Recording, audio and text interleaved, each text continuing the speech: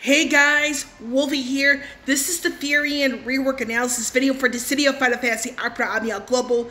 This is going to be the 17th or 18th of January 2021, depending on your time zone on the planet. And this is the rework analysis, like I said, for Firion for Final Fantasy 2. He recently got a rework, and this is his second rework for the global side of the game. The usual info applies. The pros and cons of his rework will be talked about in this video, which includes in-depth detail, a more detailed look at his LD and burst weapons for the global side of the game. He does have his 8080 awakening. He does not have the LD extension to his character enhancement boards to this day on JP, so a little forewarning. I will have information related to the Tom Berry trip and the Dissidia database website in the description below, and the usual disclaimer applies. Any opinion in this video is my opinion and my opinion only. And what comes towards the end of the video, I will be going into what he should get for another rework, should he get one. So with that, I will meet you all at one of the banners tied to both the LD and the burst weapon, so I will be back. Okay, so I am back, and this is one of the banners that has both his LD and burst weapons, so we're going to go over both weapons in more detail here. So we're going to go over the LD weapon first. The name of the weapon is called Ice Brand. The ability itself is called Vortex of Arms.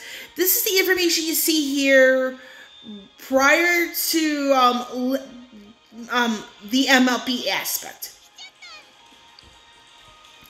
And with that, with the LD weapon, it introduces a brand new in-framed debuff called Drain Weapon.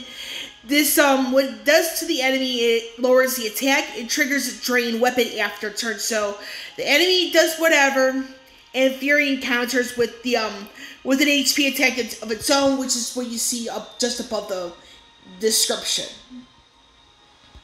So 1 out of 3 is a slight raise to a party's attack. And all the information you see here, and this is provided Firion's HP is at least half of max. This is where he gets the Brave Attack +++, as well as the HP Attack +++. Now, the thing here is that with Firion is that this enables him to recover some of his own HP only. And 2 out of 3, the duration of Drain Weapon, that debuff from a little bit earlier, goes up to 6 turns from 3. At the start of the quest, Firion gets max Brave of 5 as well as Brave Region to self for 8 turns, alongside another slight raise to the party's attack. At 3 out of 3, he gets one more use of Vortex of Arms, and yet another raise to the attack for the party. Let me get a little bit more comfortable here. So, we're going to jump right into the burst of move, which is, if I can get it on the screen. So, the finishing move itself is called Fervid Blazer. The name of the weapon itself is called Wild Rose. I'm not sure why the name, but I'm not saying this in a bad way. It's actually a good way. I actually like the name of the weapon being Wild Rose because it's in line with the events of Final Fantasy 2. Because Wild Rose, I believe, was the password you needed to have.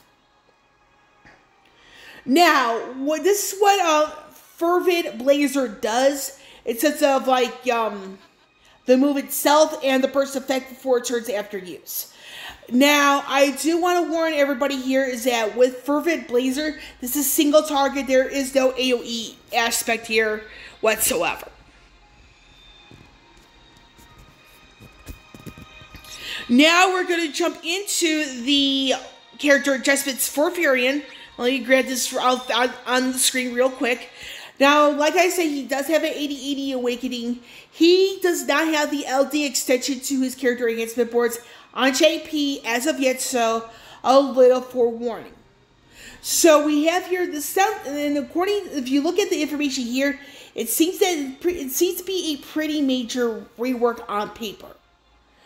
because you have here at the crystal strength level 54, it's the passive there is now called buff base boost all, and as long as you have active buffs up and running, moderate raise to parties initial and max bravery.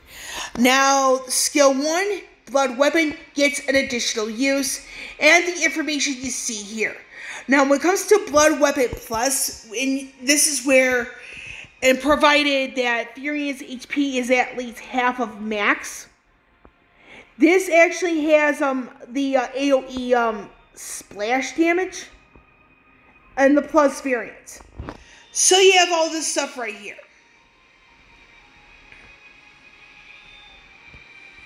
Now you have your crystal strength level 58 passive, which is now called buff attack speed up. It's a moderate raise to its attack and speed. This is on Firion himself alone, so just a little FYI. Now with skill 2, Seize attack, he does get one more use of this move.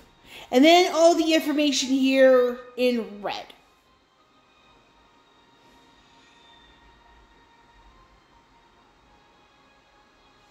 And this is Seize attack plus. It's the same shtick with skill 1, where Firion's HP needs to be at least half of max.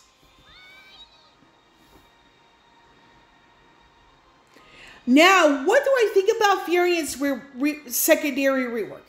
Now, it looks to be a bit of a major rework, but that is on paper.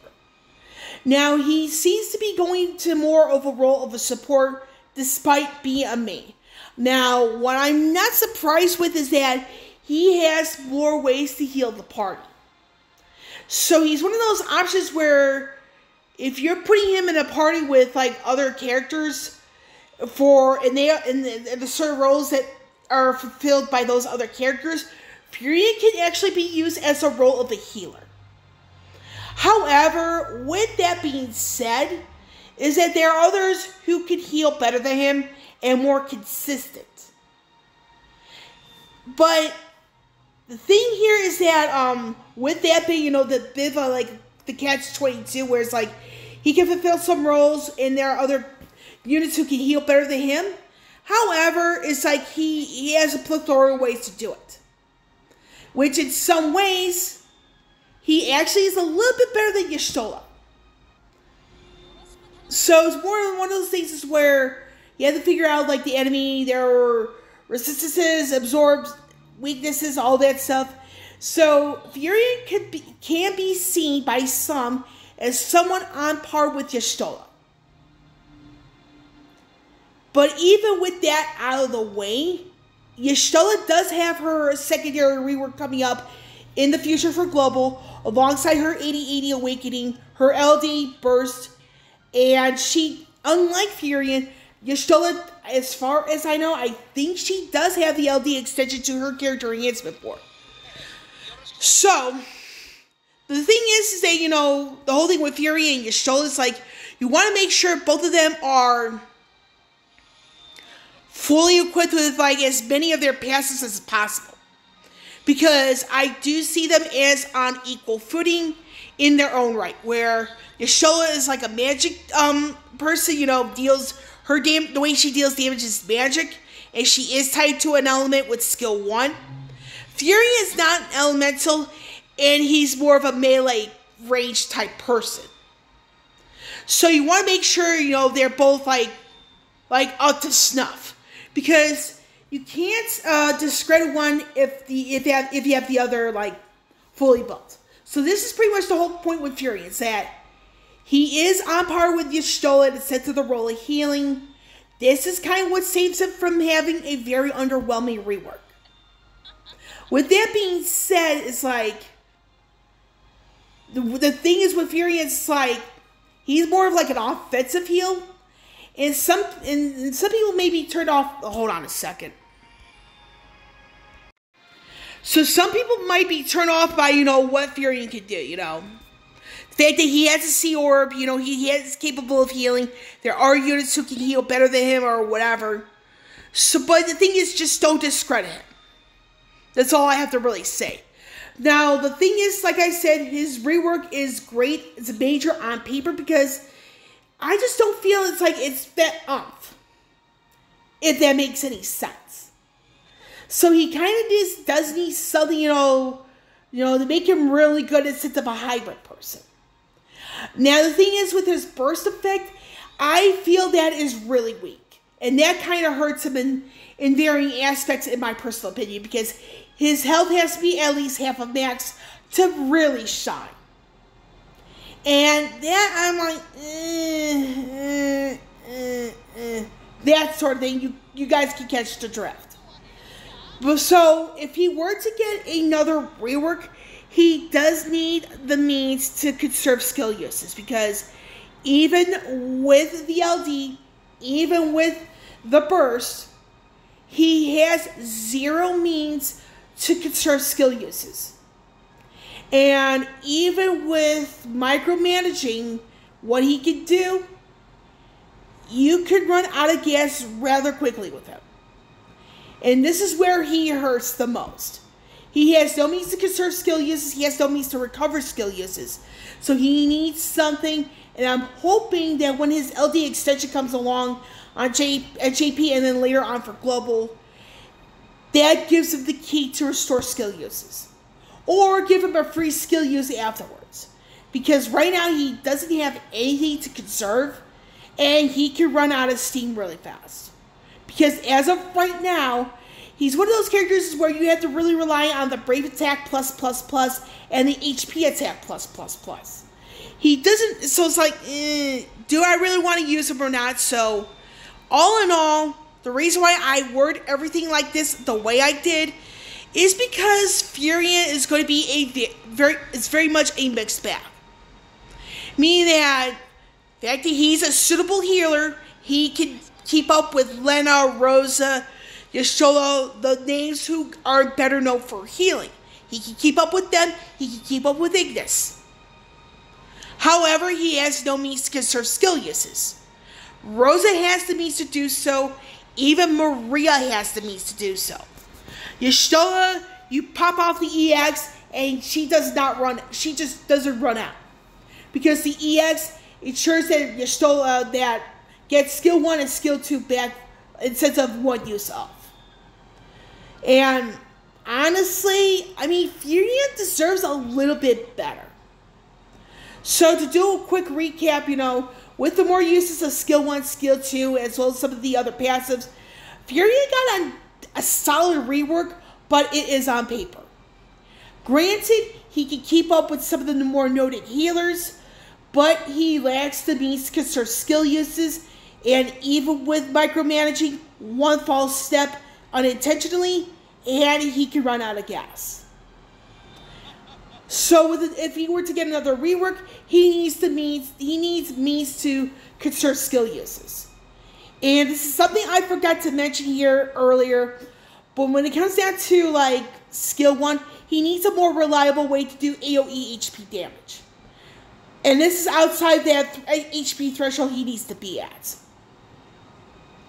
So it is kind of unfortunate that Firion got a somewhat bad deal out of this, but the animation for his burst ability, that's really awesome. But he needed a little bit more. And this is where I'm going to end this video. So with Wolvie here, signing off, I will catch you all on the flip side.